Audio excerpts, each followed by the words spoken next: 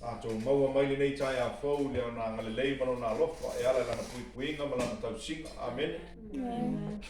O nei tātou whātau waa tātou ma fau le tai au le afiafi ana lafi le tai e nei. Pa e ia ngā ruenga le ali o laulangi lama tia e tātou ola. Amen. Amen. Rana ngā ruenga le leo whai whamai o reo whea wai o ia e pese leo ngutani. Amen. Sa ili se tasi aina ia. Amen. E leila te si o sa ili ti Apollo o e ma.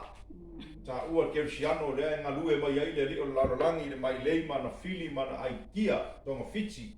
Amen. I so se va e ngai loe ki Apollo e a whai ngai Kersiano. O ngā le ngā lue mai ai. Amen. Le kele ngā whaia i ngā ai ma wha le kongu ai ka sa walinga. Kele waso whai so. Amen. Ai ka whakakai le rofa malanga le leo le atua na te le tu ua na te le tu lafua ina i tā ua. Amen. Amen.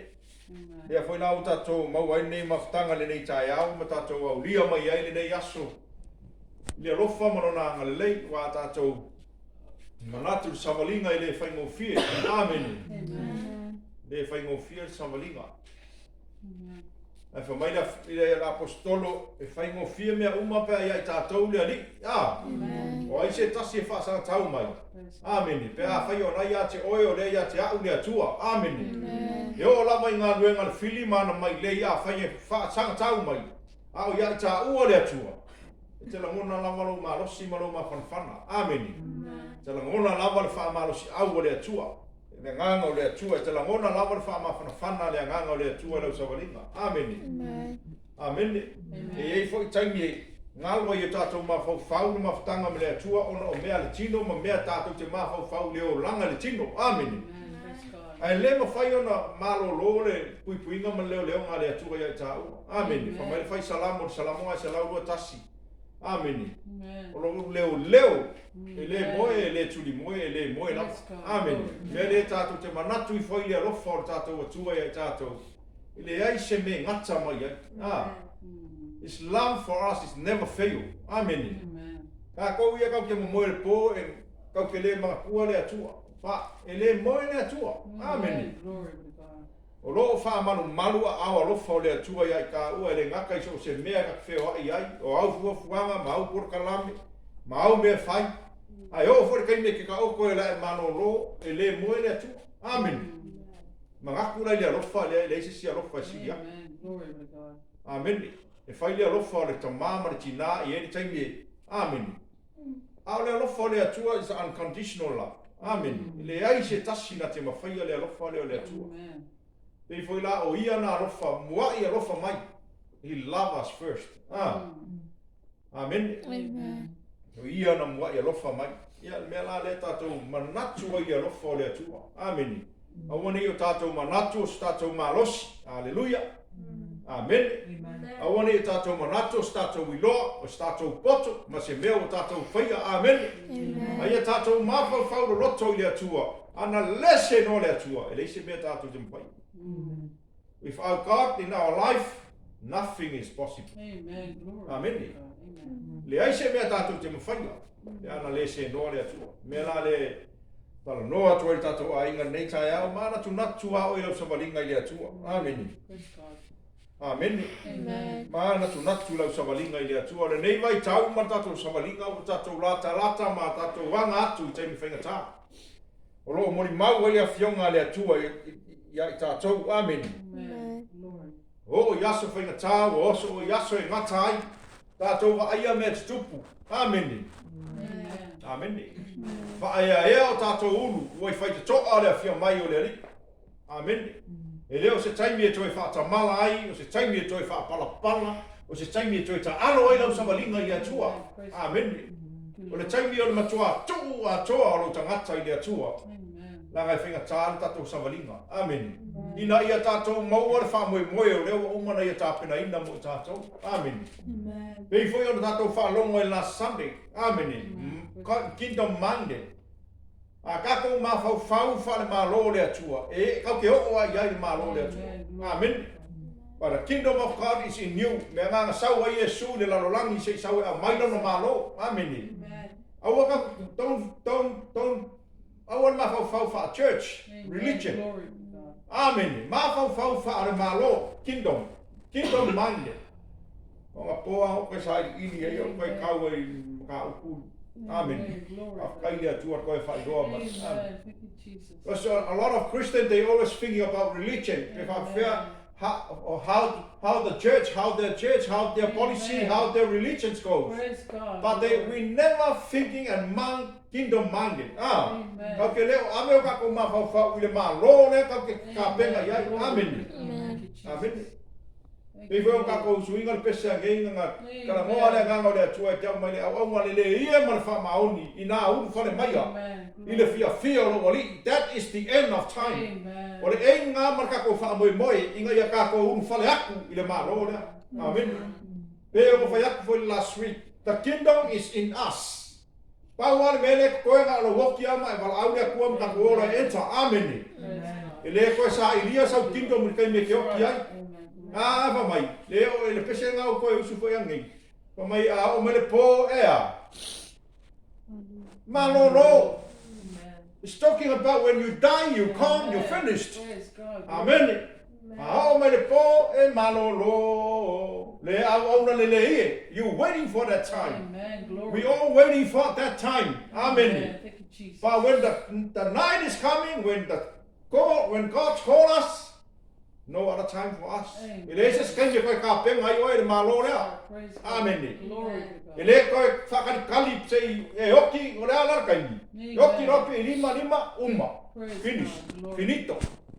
Praise God. Amen. Mana ese sia mo. But now is the time for us to prepare, get ready. Amen. O am ne ngai fala mi lave ke no ele ka ka wenga e alu malo a de ese kipi ese. Amen. Amen.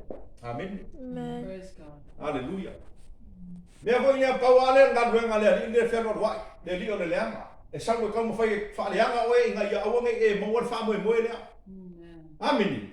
E ka mo fai koso ese maka inga ese no ma fa. Inga ia awange ka ko maua le mea o ka penga inga le atua mo ka ko le ma lo le. It's for us. He already prepared the place for us. Pamai ang alay se mea se mo ke ko yamo ko sa yang nga sufa. Awa umang ka penga ile akua le no foanga mo ka. Amen. Everlasting life is for us, the kingdom of God. The kingdom is in us. Amen. Mea sa wa ia tu Yesus sa wa mis sa wa ku ya we. Amen. Amen. Amen. Glory to God. Amen. Sawa Yesu ku sa oya o lo malo. Ole ala le simea la ka ko fa ka we got everything. All we can do is your choice to join in the kingdom of God. Amen. Amen. Ele fa pela la fa ka pe o fa ya ko last week. O ya nga ye kali o a ule ye kali. Amen. O a fo ile loa ile ku langa le yai la o ka pe nga ile malo le. Amen. Amen. Amen. Mele ia makua famua mua yo kako loko mo kako mafau. Lau ka pe nganga ile malo le atua. Amen. Or kako wola le kingo ngai or kako wo langa nga mai le akua kako ke ka penga kuai. Ele o se kako ngofo nganga tu mau. We are not the world. Amen. Glory. We are not of this world. Praise God. Ele o kako ngi ka ngaka ngai la langi. Amen. Kako wola le la langi so enjoy what God give it to us. Amen. Ai le fa moe e ai le no fuanga wa umang ka penga ile atua mo ka ua. Ele ska mo fuanga tu mau ngai. Everlasting life. E ke ola I fa wa o le si langi le ka penga. O ka ua la le mo ka. Amen. Amen. O le ka ko ke sa ilia mangoa uma ia pe yon ka ko fa longo ko kele e wala u dia e ko kasi e a. Filia. Ka una ka wale le. Amen. Amen. A e no ai fa le kong. Au na avese me nga le mga mia la ngai le ai ai spa ko ba mo malo. Amen. A e no ai me o fa la me la me lo la. Como foi aqui piese. O lau lama fai kalia is your choice to have it or cut it. A upu ia le atua e ngai yoi lama le upu le atua. Se nga o fa mo la lo no ko mai kalia. Mai la longa le o kipi piese upu le atua la le pelu e mai. Amen. E fa ka ma ai mai ku e la vea le lapu, la vea le sau, e la vea foi le launga, e la vea foi ka le fa longo. Amen. O le upo le atua mo ka ko. Keu inga ai o ka ko la au inga ia fua atili mai ai. Amen. Amen. E la ka mi ka ko kele e keu mai ai le upo ka ko langa le upo le atua a wa ka ko ka penganga le malo. Pa ele interest ka ko. Amen. Amen. Amen. Our feelings le upo ka upo ka ya le la ka o. Amen. Glory to God. We all depends on our feelings. Amen. Le mea ka ko ke loko e what I want to do it. What I like. Amen. But what the word of God want us to do. Amen. Glory. Awar fai ka ko loko ai fai mele ma ole upo le tua ka ko langa. Amen. Amen. Langa ele ma fai ka ko fa na ku ma lo pe a fai ka ko loko. Ai ka ko ska ia upo le tua. Onga ma wole lo mo. Amen. Amen. Amen. Mele ka ua ia pe voka ko mafkanga ia so fai aso lo vai aso. Pe voka fa longo le upu ka fa longo i nga ka nga kai fa longo fa le no papa. Solid foundation. Amen. Amen. Ele ma fai nga ma wa no fa vai pe ale fa u mo mele. Amen. Amen. Ai fa mo fa lo ma ngaku ma lo wilo ma lo ma losi. Nga singa mai menti ia kafe mai e paras. Amen. Praise God. Singa mai me ala yang mai e rifo. Fa ke fa le nga no ka no kwai. Amen. Amen. Praise God. E ki ngā le ka ere puki, ai makua ki ngā hinga ia ro ora ma fale nga. Amen. Amen. E si hora ai mani kai au. Amen. Hallelujah vi ele ni. Amen. Amen. Mele va mai ka ka ma fa ka ko fa mai ia solid. Mau ma mo sali. Amen. La po wa ma kami ma fa e ka fe mai mangi mai. Ele po le au e ke hallelujah oi ka miuma. Ai sea ma wa fa vai le tua. Amen. Praise God. Ai leo le mau ai me ka pe vai ai ma me ko kingo me hope nga. Amen. A ora kafe mai kafe nga. O nga pa u leo fale ma. Nuchi palaina. Amen. Amen. Praise God. A ole upu ai le atua ma le fangu mai le afionga le atua. O le kape nga inga leo ka ko langa mole ma lo le atua. Le nga fa lo last week ile mātai o yongo. A le la ka whārongo le kai aunge, ile mātai o e fitu. Amen. Glory. Amen. Thank you, Tu Lord. e rālau kusi le mātai o e fitu. Praise God. Thank you, Jesus. So o mai a, Amen. o le mātai o fwoi rā ngai fitu. Le sau e fwoi ka upura ka whārongo le skofi. Amen. Glory to God. Amen. Amen. Builders, two builders. E ko a lua la au whau whale ngai ai. Amen. O Praise ka kai whaurongo whale nunga le papa, ma ka kai whaurongo whale nunga le hongi. Amen. Ngā fwoi la sau ai i mga upura e fitu. E wha iu mai e yala unga i e suri. Amen. Mga upura e fitu. Mea lea, amen. E ka ua ia, le whaakingo le upu. Amen. Uma le leila unga Yesu, pei whang ka whaalonga le kusi, le ka whaalonga le last week, on Thursday, la kusi. E se ka unga. Le ka whaalonga, no, le ka whaalonga la skofi.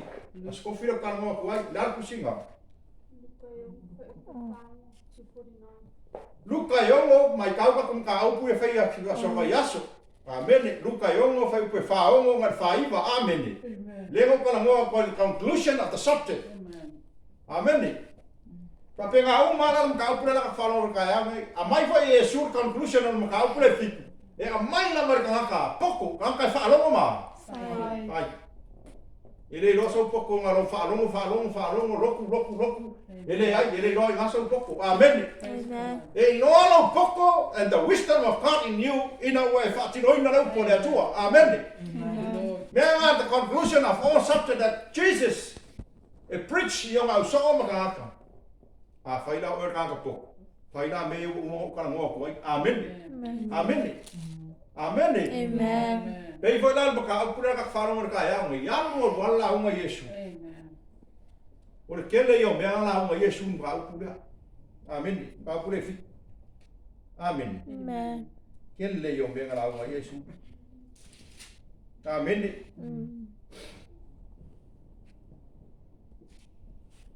Amen. Amen. Yo mo le nei ava ai mo la unga nga. Amen. Glory to God.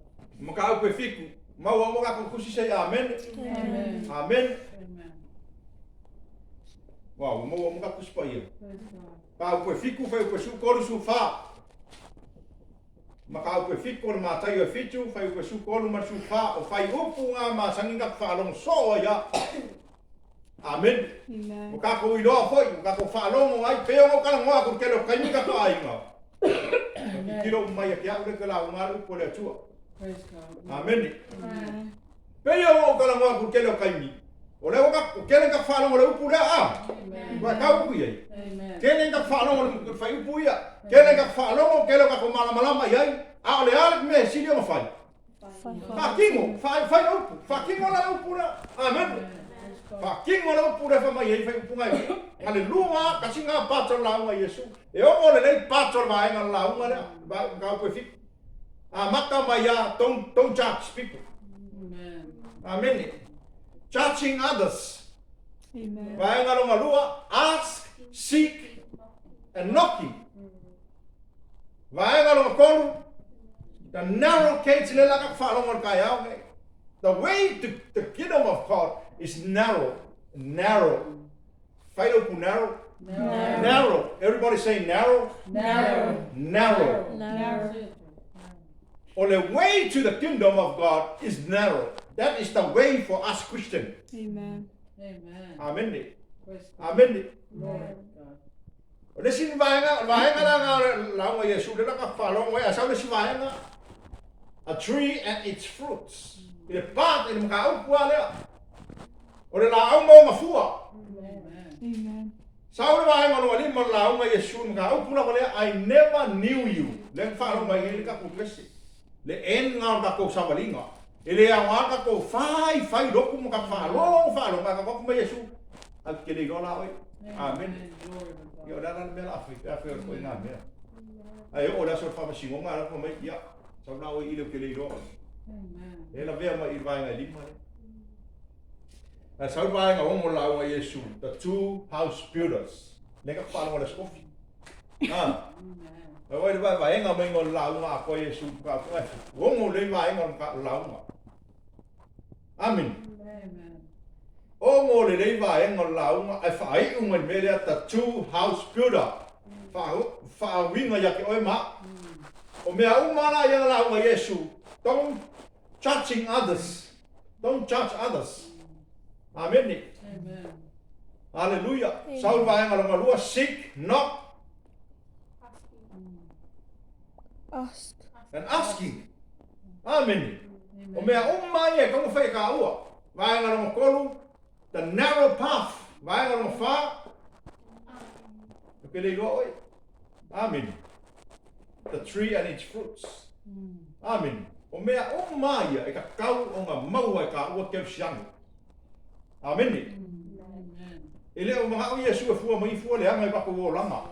Praise God. Ele o mga o Yesu ka ko ke fama singo isi. Amen. Pa mai fai o puna fai ka umar kai au ngai. Te ka fai ka fa kasi mai ya, fai ka umar kus parang ya vai o fa sora ko mo mo English. Iya. Enter by the narrow gate, for wide is the gate and broad is the way that leads to destruction, and there are many who go in by. Because narrow is the gate and difficult is the way which leads to life, and there are few who find it. Amen. Ke a su kon su fa. Verse 13. You can enter God's kingdom only through a narrow gate. The highway to hell is broad, and its gate is wide for many who choose that way. 14. But the gateway to life is very narrow, and the road is difficult, and only a few ever find it. Amen. Jo. Super. Ya, aku ba pun ka. When I called, they did not listen.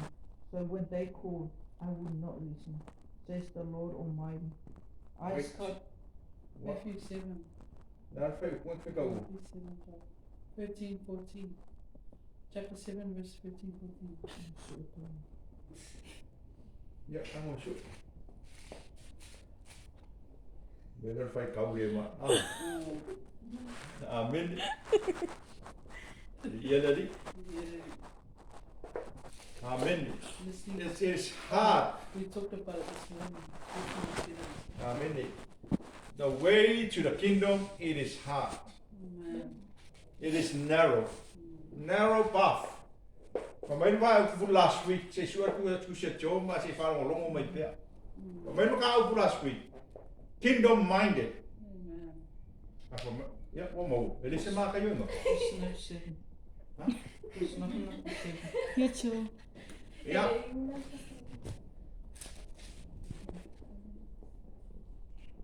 Amen. Sukolu masufa Matthew 7:13-14. Ele lei ana fai kau maka ko laina maka ko iloa le lei mele kala mo mai Yesu ya ka ko. Praise God. Thank you, Lord. Ya. You can enter God's kingdom only through the narrow See? gate. The highway to hell is broad, and its gate is wide for the many who choose that way. But the way to life is very narrow, and the road is difficult, and only a few others find it. Few people are find it. Right? James Version. Chapter 7, verse 13. Enter you in at the straight gate, for wide is the gate, and broad is the way that leadeth to destruction, and many there will be which go in. They read 14. Because straight is the gate, and narrow is the way which leadeth unto life, and few there be that find it. Amen. Amen. Go in through the narrow gate. Because the gate to hell is wide. Amen. Amen. No one want to go there. Amen. And the road that leads to it is easy. Easy ala lu hao. Amen. And there are many who travel it. Ko kele ka kayo ye lenga le. Amen. Pa ele lenga nga mo ka ko le ka ngo me upo le. Amen. Amen. But the gate to life is narrow. Va piapi ole ala lu mele ku ele malo. And the way that leads to it is hard, difficult, very hard. And there are few people who find it. Amen. Amen. Glory to Kau God. men ku sa mo ma ko ku sa mo ia. Ia tō ratu whaitoa mā piapi, a wā e tere whaitoa. I lau tere fo i lea la tua tū malaya. I tō tere fo i la tō e ui atu ai. A wā e wā piapi whaitoa. I lau I titi fo i lea la e tau. Tua I leola. I tō I titi fo I la tō e maua. Amen. Amen. Praise God. Lua fai upu. Amen. O le si vai ngol la uma Yesu. Alo wala uma Yesu e fa mai. Ia o tō uru atu le wā piapi. Le wala wā piapi. Amen. Amen. A wai mā tele a wala e ui atu e tau le mālaia. E tō ai tele fo I la ko e o ai. Amen. Amen. Praise God. Ai wā piapi le ala e tau atu le oa. E Amen. tō ai titi fo I la tau e o ai. Glory to God. Amen. Le ala o mangingo le lengi ala fai kau ma lau whaalongo ma kako whaalongo longo I fai upu e lua na la unga Yesu. Le awa la unga ma iei le atuar kai awa I kako ainga. Amen. Amen.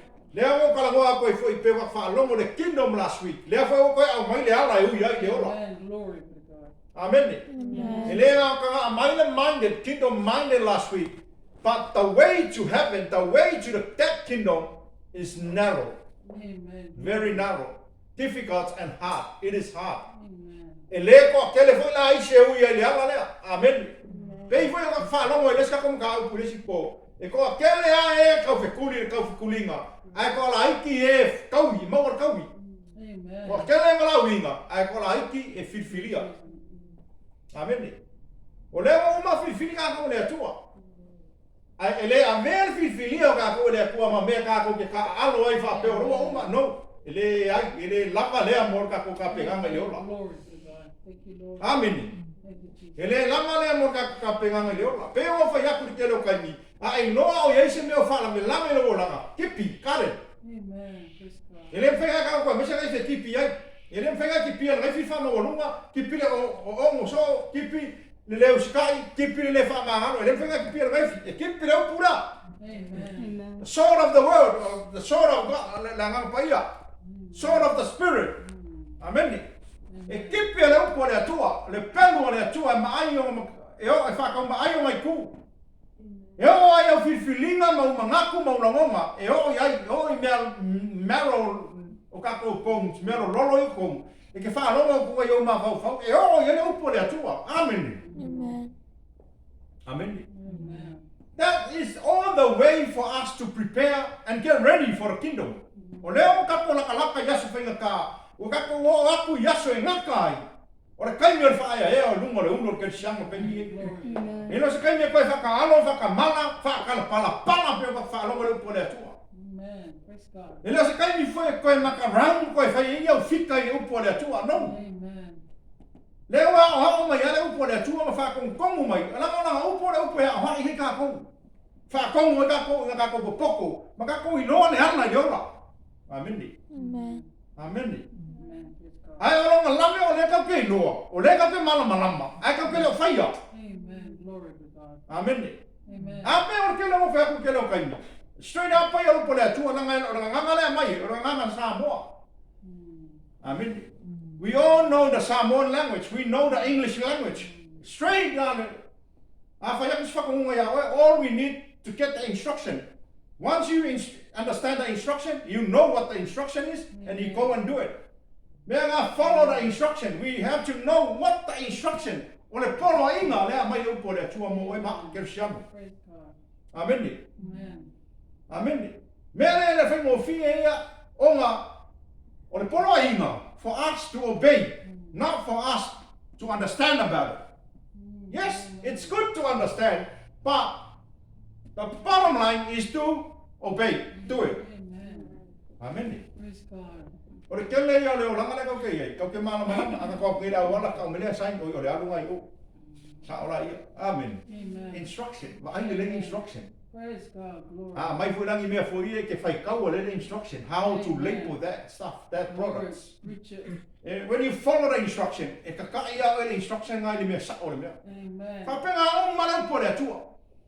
Praise God. Ora ka ko au wala le ola le ka penga i laulangi. E le fai mo fie. Thank you, Lord. Never mind, it's difficult. It is hard. Amen. E ala fai nga ka. E ala ka ko fai le ka ko lor ki nga ma fai nga ka. La ko ke le ska ia po le atua. Praise God. Amen. Ka ke le follow the instruction. Me nga ka ke vai e ke siano ma ka ko olang. E o fa pea o fa pea o fa pea o fa pea o. Amen. Amen. Ora kai ni o sanga kongo, ora kai ni o pi, ora kai ni amen ka ko ami o kongo e pispisia pe ora ia ma. Amen. Glory to God. Ora ka unga ia, ora ka ko ngofo mau da fionga le atua. Ngofo upo le ko ka ko. Amen. Amen. Pa mai la ka la unga Yesu. Touching others. Don't do that.